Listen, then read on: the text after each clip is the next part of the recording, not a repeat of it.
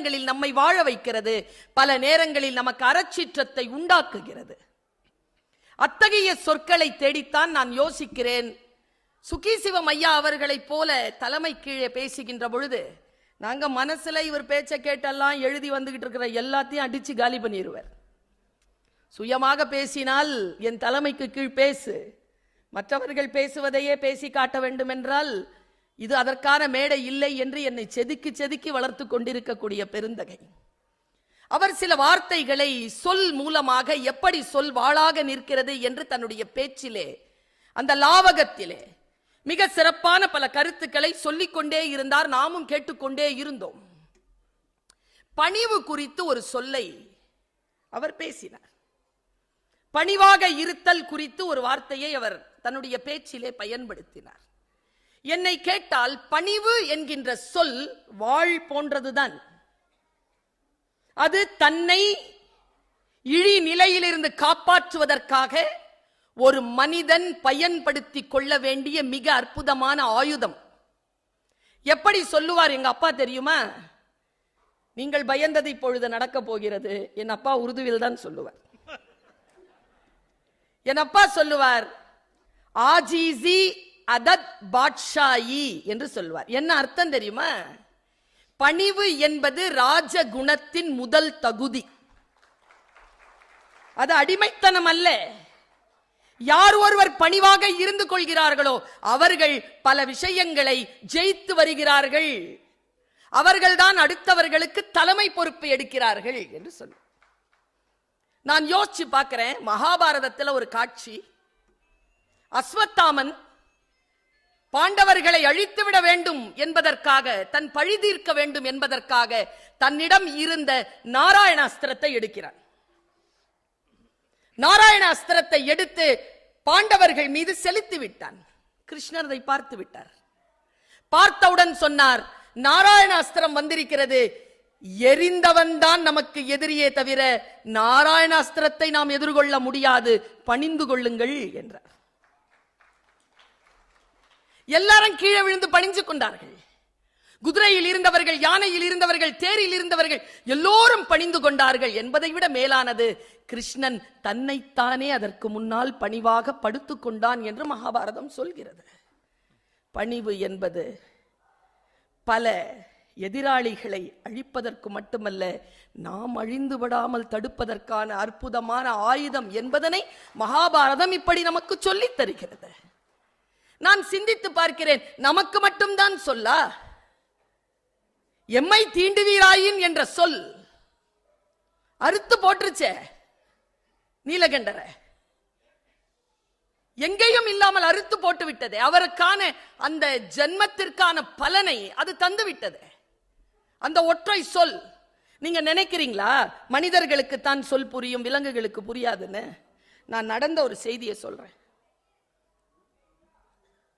ஒரு முதலாளிங்க, ரொம்ப பணக்காரர், 2 பெரிய நாய்களை வளர்த்துக்கிட்டு தனியா வாழ்ந்துட்டு இருந்தார். ரொம்ப பாசம் அந்த நாய்கள். அந்த நாய்கள் இல்லாமல் தூங்க மாட்டார், சாப்பிட மாட்டார், வாக்கிங் போக மாட்டார், எதுவும் செய்ய மாட்டார். செல்வந்தர் தனியா தான் இருந்தார். அவனை பார்த்துக்கிட்டே இருந்தான் ஒரு திருடன். அவன் கொஞ்சம் சேட்டக்கார திருடன். அவன் வந்து சொன்னா, நான் இன்னைக்கு உங்க வீட்டில் திருட போறேன், முடிஞ்சா தடுத்துக்கோ, இந்த நாய்களை வச்சுக்கிட்டே சொல்றேன்ட்டான். போயிட்டான். அடுத்த நாள் காலையில கதவு தட்டி ஒரு மூட்டையில இருந்த எல்லா பொருட்களையும் அவர் முன்னால போட்டு, இதெல்லாம் உன் பொருளா பாருன்னா. பார்த்தார் செல்வந்தர், எல்லாம் என் பொருள் தான். ராத்திரியே தூக்கிட்டேன். திருடுறதுக்காக இல்ல, என் திறமையை உனக்கு காட்டுறதுக்காக. எடுத்துக்க அப்படின்னா செல்வந்தர் சொன்னார், உன் திறமையால் நீ சம்பாதித்து விட்டாய், என்கிட்டயே சொல்லிட்டல்ல, இது உன் சம்பாத்தியம், எடுத்துட்டு போ. ஒன்னே ஒன்று மட்டும் சொல்லிட்டு போறியா, இந்த நாய்களை எப்படி சமாளிச்ச? அவன் சொன்ன பாருங்க, அவன் சொல்றான், நீங்க சிக்கனும் மட்டனும் போட்டு வளர்த்தீங்களா, நான் அதுக்கு வேறு சுவை காட்டினேன், மத்தி மீன் போட்டேன். மீன் சாப்பிட்டுக்கிட்டே இருந்துச்சா, அதுக்குள்ள எடுத்துட்டு வந்துட்டேன். சரி போன. போயிட்டான். 2 நாய்களையும் வீட்டுக்குள்ள கூட்டிட்டு வந்து நிக்க வச்சிட்டு நெடுஞ்சான் கிடையாக அந்த நாய்களுக்கு முன்னால் படுத்துக்கொண்டு அந்த செல்வந்தன் சொன்னான், என் பிள்ளைகளாக உங்களை வளர்த்தேன், எங்க தப்பு செஞ்சேன்னு தெரியலையே, நான் ஏதாவது தப்பா வளர்த்துட்டேனாப்பா, என்னை மன்னிச்சிருங்கப்பா. இந்த 2 நாய் என்ன பண்ணுச்சு தெரியுமா? அன்னிலிருந்து எதுவும் சாப்பிடலைங்க. 2 நாள் சாப்பிடல, 3 நாள் சாப்பிடல, தண்ணி கூட குடிக்கல. இவர் கெஞ்சுறார், அப்பா ஏதோ கோவத்துல சொல்லிட்டேன், விட்டுறா, சாப்பிடுறா. சாப்பிடலையே. 9 நாள் பட்டினி கிடந்து ஒரு நாய் இறக்க 11 நாள் பட்டினி கிடந்து இன்னொரு நாயும் செத்து போனது. சொல்வாள், அது அறுக்கும். அது நம்மை மட்டுமல்ல, உயிர்த்தன்மை கொண்ட எல்லாரையும் அறுக்கும் என்பதைத்தான் மனிதர்களாகிய நாம் புரிந்து கொள்ள வேண்டும். எந்த சொல்லை நாம் பேசுகிறோம்? வாலி கீழே விழுந்திருக்காங்க, அவன் உடம்புல அம்பு தச்சிருக்கு. அது எந்த நாமம்னு அவனுக்கு புரியல. முதல்ல இழுக்கிறான் இழுக்கிறான், வரல. இழுக்கிற அவன் கடைசியா, இது என்னடா இது, என்ன அடிக்காத எதுவுமே, நான் யாரையாவது துன்புறுத்திட்டேனோ? அந்த முனிவர்கள் கோபத்தில் சொன்ன சொல்லா இதோ என்ன வந்து அடிச்சிருச்சேங்கிறான். கம்பன் அதை பதிவு செய்கிறான். கோபமாக உதிர்க்கப்படுகின்ற சொல் நம் குற்றங்களை முன்னால் நாம் உணர்ந்து கொள்வதற்காக வருகின்ற சொல் நம்மை வாளாக அறுத்து போடுகிறது. பல நேரங்களில் இன்றைய குழந்தைகள் சரியாக புரிந்து கொள்கிறார்களா? சொற்களை புரிந்து கொள்கிறார்களா? மனைவிமார்கள் புரிந்து கொள்கிறார்களா? கணவன்மார்கள் புரிந்து கொள்கிறார்களா? நான் மிக மிக நுட்பமாக ஒரு விஷயத்தை சொல்லுகிறேன். இந்த மேடையில் சொல்லாமல் வேறு எந்த மேடையில் சொல்லுவது? கணவனை மனைவியும், அதிகமாக மனைவியை கணவன்மார்களும் மேடைகளில் கிண்டல் செய்வது இந்த நூற்றாண்டில் அதிகரித்து விட்டது. இந்த சொல் என்ன தெரியுமா செய்யும்? பல பேரை கைத்தட்டி சிரிக்க வைக்கும், சில பேரை ஆழமான மனதிலே அறுத்து அறுத்து அறுத்து குடும்பம் என்கின்ற நிறுவனத்தின் மீது அவர்களுக்கு அக்கறை இல்லாமலும் நம்பிக்கை இல்லாமலும் செய்துவிட முடியும் என்பதனை பேச்சாளர்களும் சிந்தனையாளர்களும் புரிந்து கொள்ள வேண்டும். ஐயா சொன்னார்ல, பொண்டாட்டியும் புருஷனும் ஒரு நாளும் சேர்ந்திருக்க மாட்டாங்க. யார் சொன்னது? ஒரு நாள் ராஜேஸ்வரி அம்மா இல்லாம இருந்துட சொல்லுங்க சுகி சிவத்தை. ஒரு நாள் இருந்துட சொல்லுங்க. புகழ் புரிந்த இல்லோர்க்கு இல்லை இகழ்வார் முன் ஏறுபோல் பீடு நடை. நானே அதுவல்லவா சொல். நான் சொல்லட்டுமா? புருஷன் பொண்டாட்டிங்கிறது எப்படின்னு, அது யார் யாருன்றது நீங்க முடிவு பண்ணிக்கோங்க. ஒன்னு அழுக, ஒன்னு சிரிப்பு. அவங்கவுங்க வீட்டில் புருஷன் சில நேரங்களில் சிரிப்பா இருக்கும், மனைவி அழுகையா இருக்கும். சில நேரத்தில் புருஷன் அழுகையா இருக்கும், மனைவி சிரிப்பா இருக்கும். இந்த 2 மோமெண்ட் இருக்குல்ல, அது தனித்தனியா தான் வரும். ஆனா அது ரெண்டுமே சேருகின்ற அந்த தருணம் இருக்குல்ல, அதை விட அற்புதமான தருணம் மனித வாழ்க்கையில் கிடையவே கிடையாதுங்க. அதற்கு பெயர் தான் இல்லறம் என்று பொருள். இழந்தவர்களிடத்தில் கேட்டு பாருங்கள், அவர்கள் சொல்லுவார்கள். யோசித்து பார்த்தால் சொல் வாழ்தான். எங்கெல்லாம் அது நம்மை சீர்படுத்துகிறது, எங்கெல்லாம் அது நம்மை செதுக்குகிறது என்று யோசித்தபடி உட்கார்ந்து இருந்தேன். கடவுள் என்பது என்ன கேட்டா, பர்வீன் சுல்தான் அவ கேட்டா, கடவுள் என்பது நம் தீவிரத்தன்மையின் விளைச்சல் தான். எந்த அளவிற்கு நாம் தீவிரமாக இருக்கிறேனோ இறை உணர்வு எனக்குள் அப்படி வேலை செய்யும். இதைத்தான், இந்த வார்த்தையை தான் நான் புரிந்து கொள்கிறேன். தீவிரத்தன்மை தான் கடவுள். நான் யோசிச்சு பார்த்திருக்கேன், எவ்வளவு பெரிய புக்கு இந்திரா சௌந்தரராஜன் எழுதி இருக்கிறது. எப்பதான் எழுதுவாரு? நிறைய மீட்டிங் வர போறாரு. 5000 எபிசோட்ஸா, 360 நாவல்களா? எப்படிங்க எழுத முடியுது ஒருவனால்? இதை சாதிப்பதற்காகவே ஒருவர் இருக்கிறார் இல்லையா? நமக்கு முன்னால் இயற்கை கொண்டு வந்து நிறுத்தி இருக்கிறது. சுகி சிவம் அவர்களுடைய வாழ்க்கை கடந்த 50 ஆண்டு காலத்தை புரட்டி பார்க்கின்ற பொழுது, அந்த 50 ஆண்டு காலத்தை ஒண்ணுமே இல்லாமல் செலவழித்த என் பக்கத்து வீட்டு அங்கிளை எனக்கு தெரியும். ஆனா இந்த அங்கிள் இருக்கிறாரு, நீங்க மட்டும் தான் பொண்ணு சகோதரின்னு மாத்தி மாத்தி சொல்வீங்களா? எவ்வளவு சாதனைகள், எவ்வளவு சொற்கள்! யோசித்து பார்த்தால் வாழ்க்கை என்பது நமக்கு சொல்லாகத்தான் வந்து சேருகிறது, வேறு எதுவாகவும் நம்மை வந்து சேர்வதில்லை. நின் பிரிவினும் சுடுமோ அப்பெருங்காடு, இவ்வளவுதான் சீதை சொன்னது. சீதையை கூட்டிட்டு போறதுக்கு ஐடியாவே கிடையாது. சீதையை கூட்டிட்டு போலன்னா ராமாயணமே கிடையாது. ராமனை சீதையை அழைத்து செல்ல வைத்தது ஒற்றை சொல், காடு சுடோன்றியடா. டேய், உன் பிரிவை விடுமாடா, என் காடு சுடும். செல்லாமை உண்டேல் எனக்கு உரை, மற்ற நின் வல்வரவு வாழ்வார்க்குறை என்று சொன்ன வள்ளுவனினுடைய சாரை பிழிந்தல்லவா சீதையின் வாயிலிருந்து வார்த்தையை சொன்னான் கம்பன்.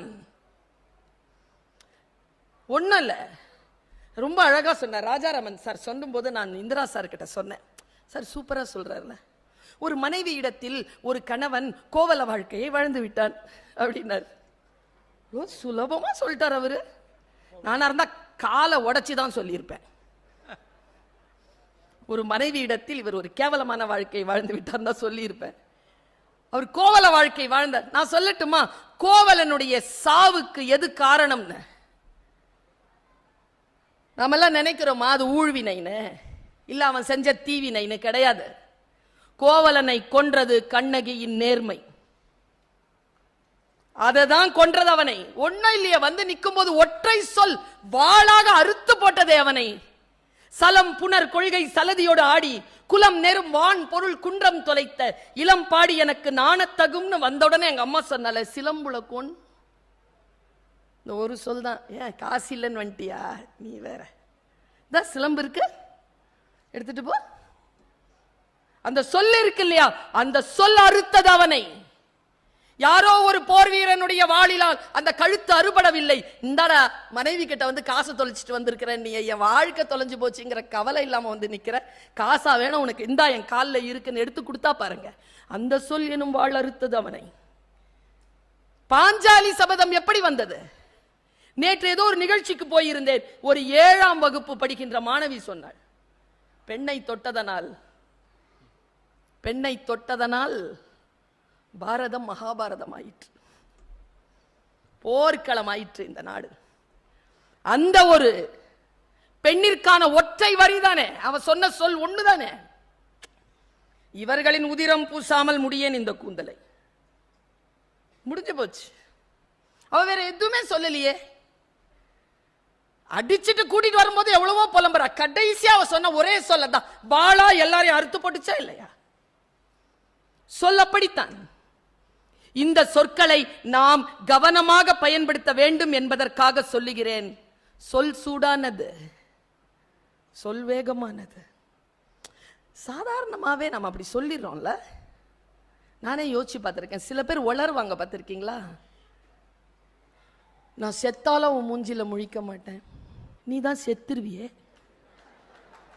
நீ எப்படி என் மூஞ்சில முழிப்ப? அதை விட சூப்பரா சொல்லுவாங்க, நான் செத்தாலும் வாசப்படி மிதிக்க மாட்டேன். உன்னையே 4 பேர் தூக்கிட்டு போனோம், நீ எங்கிறது ஏன் வாசலுக்கு வர? நான் பல நேரங்களில் சொல்லி இருக்கிறேன். சில பேர் இருப்பாங்க தெரியுமா, நான் ஒரு விஷயத்த சொன்னா நீங்க தப்பா நினைச்சுக்க மாட்டீங்களே. என்ன அர்த்தம்? தப்பா நினைச்சுக்க மாதிரி ஏதோ சொல்ல போறாங்கன்னு அர்த்தம். சில பேர் சொல்லுவாங்க, நான் தெரியாமத்தான் கேட்கிறேன், தெரிஞ்சு கேட்கிறாங்கன்னு அர்த்தம். சொல்லை புரிந்து கொள்வோம் பெண்களே. ஏன்னா பல நேரங்களில் நமக்கு புரியறது இல்லை அப்படின்ற பாருங்க, அங்க சாயிரோம் நாம. அது அறுக்கிற வாழ். அது நான் யோசிச்சு பார்க்கிறேங்க, எங்கெல்லாம் இந்த வாழ் நம்மை சுற்றி சுழன்று கொண்டிருக்கிறது, நம் தலைமேல் சுழன்று கொண்டிருக்கிறது. ஒன்னும் இல்லைங்க, 5 ரூபாய் பல்பம் வாங்குறதுக்கு காசு இல்லாம கந்தக பூமியில் தன்னை செலுத்தி கொண்டு கோடீஸ்வரியாக வளர்ந்த ஒரு பெண் தன் மகனை கோடிக்கணக்கான பணம் கொடுத்து அப்படி நிறுத்தி இருக்கிறார். 5 பேர் தான் இந்த நாட்டிலே வச்சிருக்காங்க வண்டி. அந்த வண்டி அவனுக்கு வாங்கி கொடுத்திருக்கா. உலகமே பெரிய சாம்ராஜ்யமாக நினைக்க இருக்கக்கூடிய ஒரு நிறுவனத்திற்கு தலைவனாக்கி இருக்கிறாள் அந்த ஒரு பெண்ணை. நேத்து பார்த்தேன். அந்த ஒரு பெண் இப்படி உட்கார்ந்துட்டே இருக்கா. ஏமா சோகமா இருக்கிறீங்கன்னு கேட்டேன். ஏன் ஆஃபீஸில் எல்லா பசங்களும் இருக்கும்போது என் பையன் கிட்ட நான் எப்படா கல்யாணம் பண்ணிக்கிற அப்படின்னு சொல்லி கேட்டேன். நீ லூசா அப்படின்னு சொல்லிட்டு போயிட்டான். இந்த ஒற்றை சொல்லினால் அறுபட்ட ஒரு பட்டம் போல அருந்து கிடக்கிறாள் அவள். 20-25 ஆண்டுகள் வளர்த்த பிள்ளை. ஏன்னா லூசா லூசா 5 ரூபாய் இல்லாம 5 கோடிக்கு உன்னை படிக்க வச்சது. லூசா 25 கோடி ரூபாய்க்கு மேல இருக்கக்கூடிய ஒரு நிறுவனத்தை உனக்கு தலைமையாக்குச்சு. குழந்தை தவிர வேறு எந்த ஒரு தியாகத்தையும் அந்த பெண் செய்யாமல் அந்த குழந்தைக்காகவே வாழ்ந்து மடிந்து போனாலும் சரி என்று சொல்லக்கூடிய அந்த பெண்ணை பார்த்து ஒரு குழந்தை கேட்டான், இன்னும் லூசா, அவனுக்கு சொன்னா புரியாதா? சொல் அறுக்கும், சொல் இல்லாமல் செய்யும். இன்னொரு ஒரு விஷயம் சொல்லிட்டு போறேன். சொல்லிட்டோன்னு வச்சுக்கோங்களேன், திரும்ப அள்ளவே முடியாது. சாரி தான் கேட்கணும். இதை என்ன அழகா சொல்றாரு பாருங்க அங்க திருவள்ளுவர். அப்பா, நான் ஒரு விஷயம் சொல்றேங்க. எல்லா மதத்தினருக்கும் அவரவர்களுக்கு வேதம் உண்டு என்றால் இந்த உலகத்திற்கே பொதுமறையாக தமிழன் தந்த வேதம் திருக்குறள். எப்படி சொல்றார் பாருங்க. தீயினால் சுட்ட புண் உள்ளாரும் ஆறாதே, நாவினால் சுட்ட வடு. நான் தமிழ் டீச்சர் மட்டும் இல்லை, இந்த விஷுவல் கம்யூனிகேஷன் படித்தவ. இந்த விஷுவலா பார்க்குறேன் நான். தீ பாருங்களேன், எது புண்ணுங்க? புண்ணுனா என்னது? ஆறாததுக்கு பேரு புண்ணுங்க. அது ஆறிடுச்சின்னு வச்சுக்கோங்களேன், வடு. சரியா? ஆனா உண்மையா என்னன்னா, புண்ணு ஆறிடுங்க, வடு ஆறாது. புண்ணு இல்லாம போயிடுங்க, வடு வாழ்க்கை முழுக்க இருக்குங்க. எப்படி சொல்றான் பாருங்க. தீயினால் சுட்ட புண் உள்ளாரும், உள்ள ஆறிடும், வெளியில தான் வடுவா நிற்கும். இது தீ. சொல் எப்படி தெரியுமா? சொல் வெளியில ஆறிடும், உள்ள ஆறாது.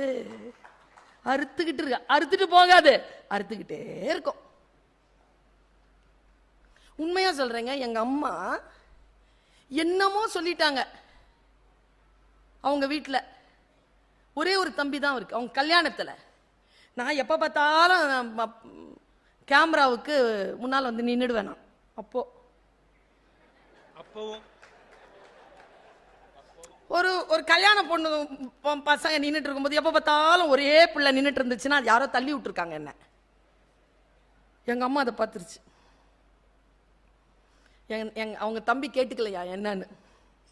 அங்க என் கையை பிடிச்சி கூட்டிட்டு வந்தது தாங்க. 12 வருஷம் பேசலைங்க தன் தம்பி கிட்ட அவங்க அம்மா. என்னன்னு தெரியல.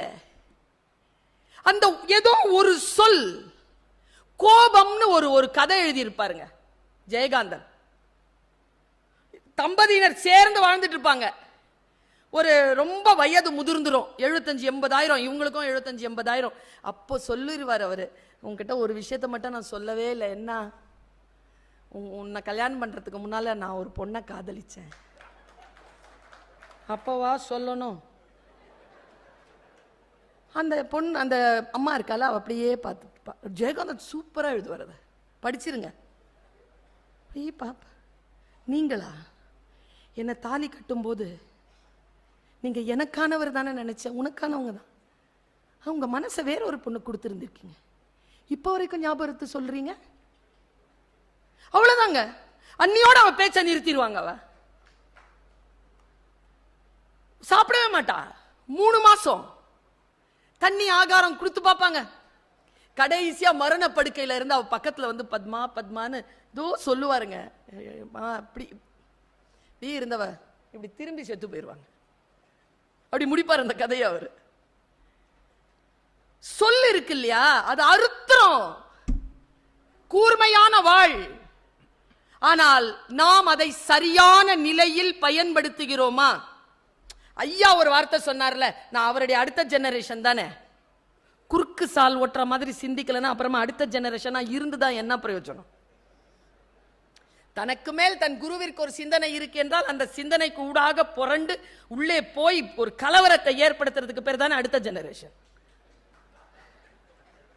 எப்பொருள் யார் யார் வாய் கேட்பினும் அப்பொருள் மெய்ப்பொருள் காண்பது அறிவுன்னு சொல்லிட்டு மருமக சொல்ல மாமியார் கூட கேட்க வேண்டி வரும்னு சொன்னாரா இல்லையா?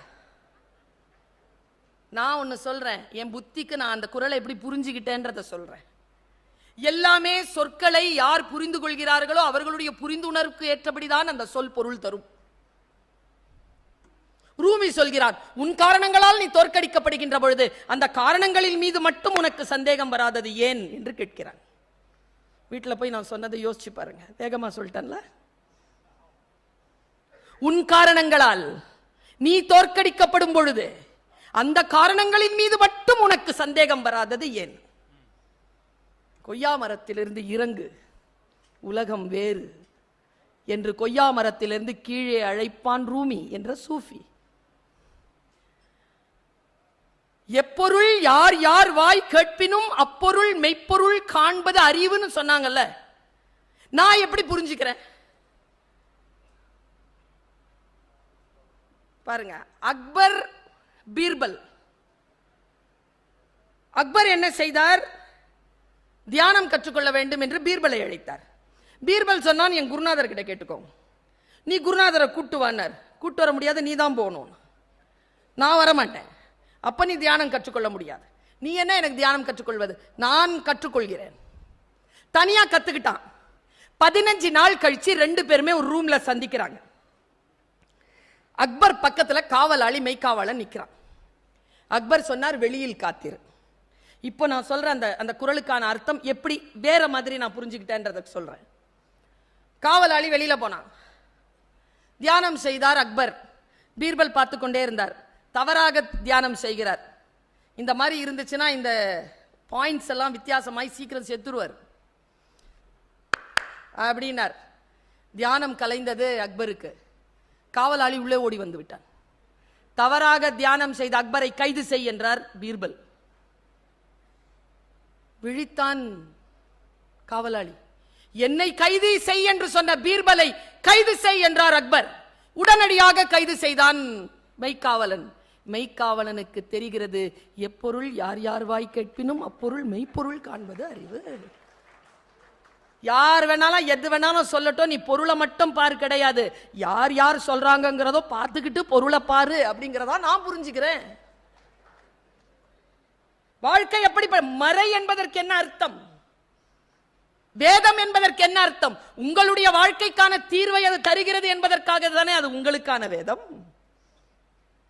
என் விளக்கவை, என்னுடைய வார்த்தைகளை, என்னுடைய ஞானத்தை என் வாழ்க்கையில் நான் வழிபடுத்துவதற்கு நான் பயன்படுத்திக் கொள்கிறேன்.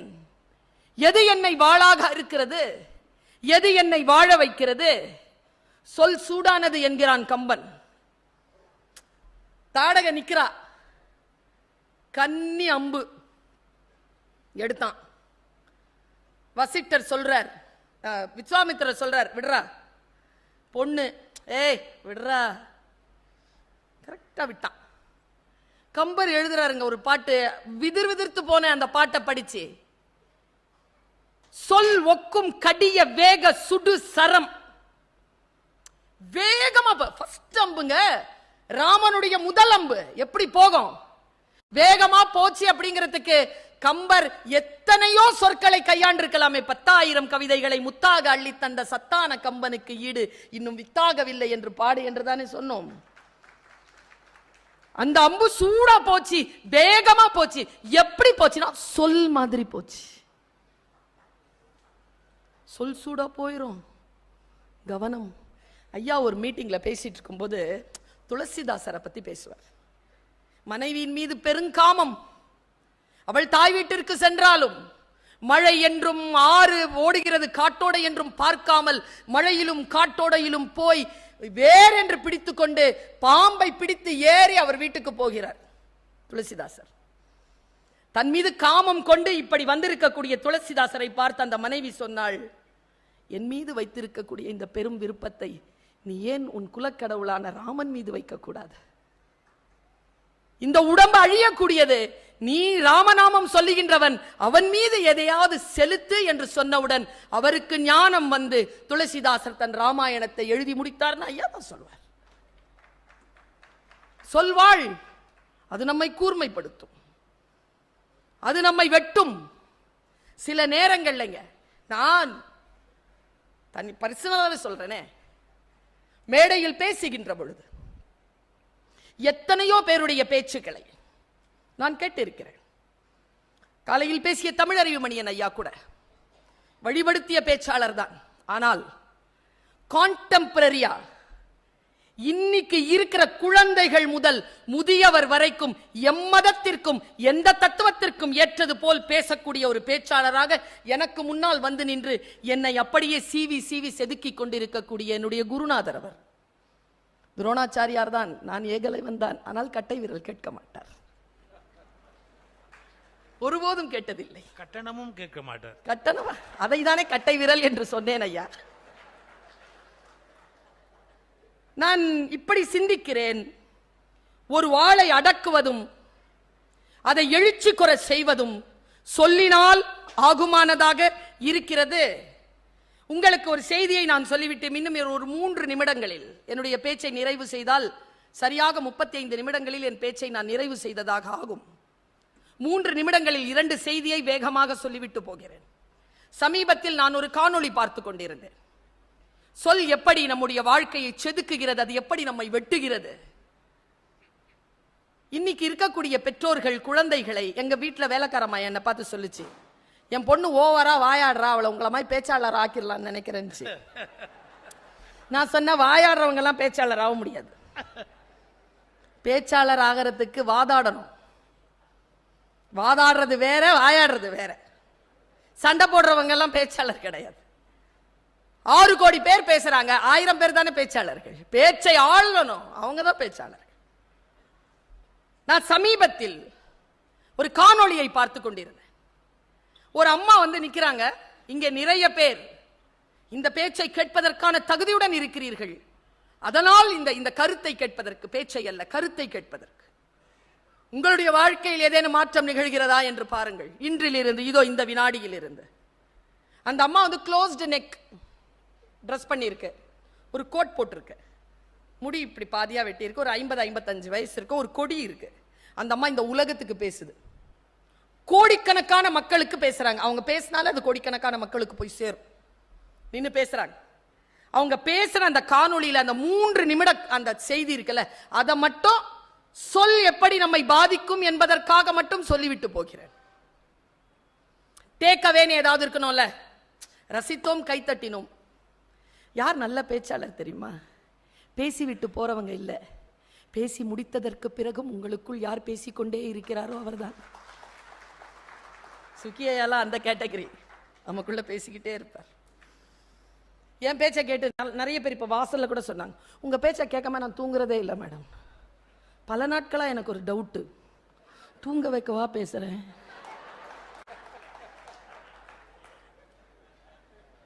உலகம் கசக்கி வீசுகின்ற பொழுது உனக்கு நீதான் ராணி, உனக்காகத்தான் சூரியன் உதிக்கிறது, நாளை உலகம் காத்திருக்கிறது, நிறைவாக தூங்கு, நாளை பார்த்துக்கொள் என்று என்னுடைய பேச்சு அவர்களை மனச்சலனத்தை அமைதிப்படுத்தி தூங்க வைப்பதனால் அப்படி சொல்கிறார்கள். அந்த பெண் சொல்லுகிறாள், என் பெயர் அப்படின்னு பெயர் சொல்லிட்டு சொல்றா. 3 விஷயம் சொன்னாங்க. என் அம்மா பெயர் ஷியாமளா, என் தாத்தா பெயர் கோபாலன், என் அம்மா என்னை 5 வயது முதல் 12 வயது வரைக்கும் தாத்தா வீட்டிற்கு அழைத்து செல்வார். என் தாத்தா ஓய்வு பெற்ற அரசு அதிகாரி, அவர் காலையில் வாக்கிங் போவார். நான் 5 வயதில் இருக்கின்ற பொழுது முதல் அவரோடு நானும் வாக்கிங் போகிறேன். அவர் பேசிக்கொண்டே போவார் தன் நண்பர்களுடன், ஓய்வு பெற்ற நண்பர்களுடன். நான் அவரை பார்த்து கொண்டே போவேன். இப்படி சொல்லுது அந்த அம்மா. அப்ப நான் எந்த துணுண்டு பாருங்க, நான் பார்த்து கொண்டே போவேன். அப்பொழுது அவர் பேசுவார், மக்கள் எவ்வளவு நல்லவர்கள், அதிகாரம் என்பது எவ்வளவு சிறந்தது, மக்கள் ஊழலற்ற ஆட்சிக்கு ஏன் உரியவர்கள், இந்த இயற்கை எவ்வளவு அற்புதமானது, இதை எப்படி பேண வேண்டும், மக்கள் எப்படி பாதுகாக்கப்பட வேண்டும், இது எல்லாம் தான் ஆர்டர் என்று அவர் பேசிக்கொண்டே வருவதை நான் கேட்பேன். அடுத்த 20 ஆண்டுகள் சிவில் சர்வீஸ்ல நான் ஆர்வம் கொண்டேன். அந்த வார்த்தைகள் என்னை செதுக்கியது. எனக்குள் உள்ள தேவையில்லாத விஷயங்களை எல்லாம் அப்புறப்படுத்தியது. நான் அப்படியே வளர்ந்தேன்.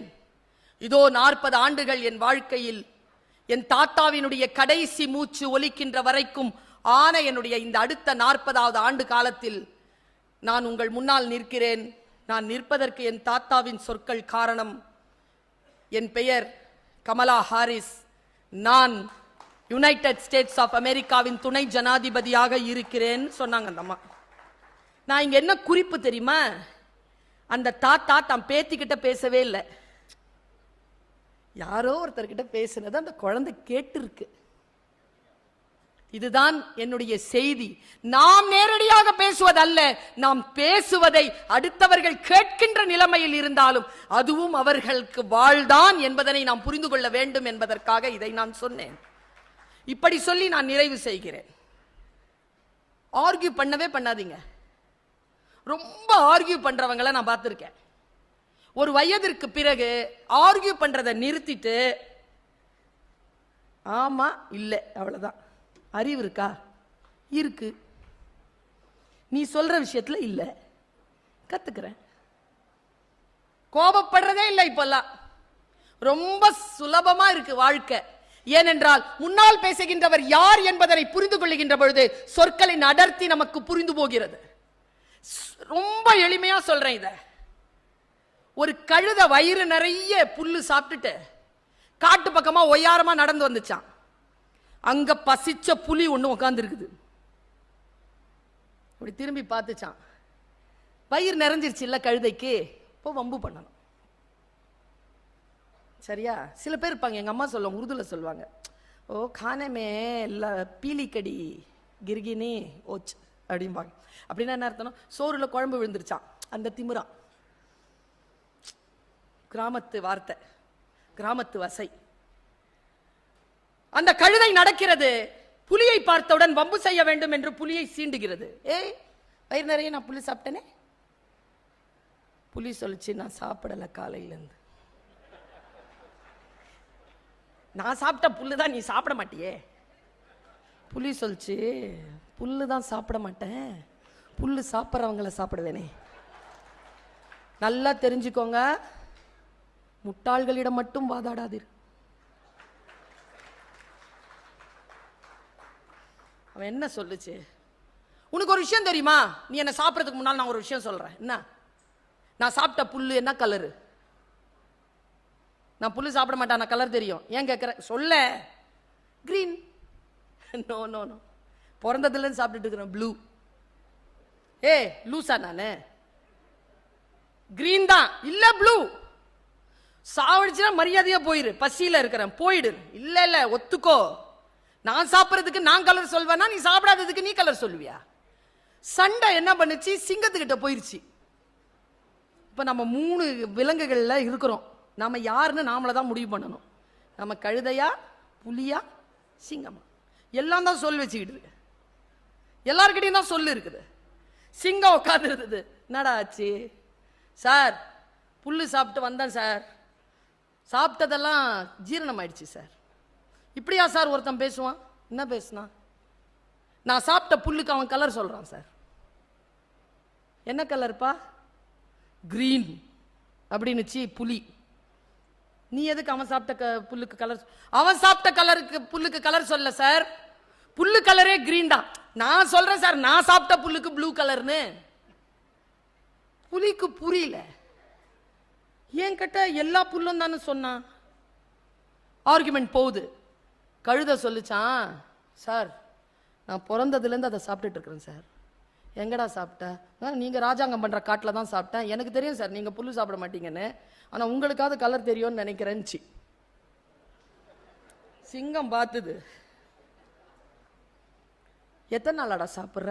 பிறந்ததுலேருந்து சாப்பிட்றேன். நீ பார்த்து சாப்பிட்றியா? பார்த்து தான் சார் சாப்பிட்றேன். அது ப்ளூ கலர் தானா? ப்ளூ கலர் தான் சார். உண்மையா? சத்தியமா சார். அப்ப ப்ளூ தான் போ. போயிட்டே இருக்கும்போது சொல்லுச்சு, இந்த புலிக்கு ஏதாவது புத்தி சொல்லுங்க சார். புலிய பார்த்து, இனிமேல் நீ 5 மாசத்துக்கு பேசவே கூடாது. ஜிப் ஜாலியா குதிச்சிட்டு போயிடுச்சு கழுத. நின்ன புலி சொல்லுச்சு, உன்னுடைய தண்டனையை நான் ஏத்துக்கிறேன், பெரிய சொல்லிட்ட, என்ன பார்த்து 5 மாசம் பேசாதன்னு சொல்லிட்ட. ஏன்? நான் நியாயத்தை தானே சொன்னேன், அதானே பொய் சொல்லுச்சு. உன் நீதியில பொய்க்கு விடுதலை, நியாயம் சொன்னதுக்கு தண்டனையா? நீ நியாயம் மட்டும் சொல்லிடு, நான் 5 மாசம் பேசல. சிங்கம் சொன்ன நியாயம் உங்களை அறுக்குதான் பாருங்க. அது சொல்லுச்சு, நீ ரொம்ப அறிவான மிருகம், கணக்குல யாராவது மனிதர்கள் சூப்பரா எழுதுறாங்கன்னா அவங்கள கலக்குல புலி அப்படிம்பாங்க. வீரத்துல யாராவது, இப்ப நந்தி கலம்பகம் சொன்னார்ல, வீரத்துல யாராவது சூப்பரா இருந்தா அவன் வீரத்துல புலி மாதிரி அப்படிம்பாங்க. உன்ன மாதிரி ஒரு மெக்னானிமிட்டியோட இருக்கிற ஒரு அனிமல் கழுத மாதிரி இருக்கக்கூடிய ஒரு அனிமலோட ஆர்கியூ பண்ணுச்சுல்ல, அதுக்கு தான் அந்த தண்டனை. சொல்லிட்டு சொல்லுச்சு. எதுக்கு தெரியுமா கழுதைன்னு எல்லாரும் அதை திட்டுறாங்க? கழுதை தான் எதை நம்புகிறதோ அதை ஒருபோதும் மாற்றிக்கொள்ளாது. தான் நம்பிக்கையை யாரேனும் குறை சொன்னால் அவர்களை பழி வாங்காமல், தண்டனை வாங்கி கொடுக்காமல், அவர்களுக்கு துன்புறுத்தல் செய்யாமல் ஒருபோதும் ஓயாது. அதற்குத்தான் அதற்கு கழுத மாதிரி இருக்கிறியடா, எது சொன்னாலும் உனக்கு புரியாதா, வரவே மாட்டியா என் வழிக்கு என்று பேசுகிறார்கள். அதனால் நாம் எப்படிப்பட்டவர்கள் என்பதனை புரிந்து கொள்வதற்காகத்தான் இந்த பஞ்சதந்திர கதை நமக்கு உதவி செய்கிறது. வாளாகத்தான் இருக்க வேண்டும் சொல், ஒன்று அறுத்து போட வேண்டும், இல்லை என்றால் அது கூர்த்தீட்டி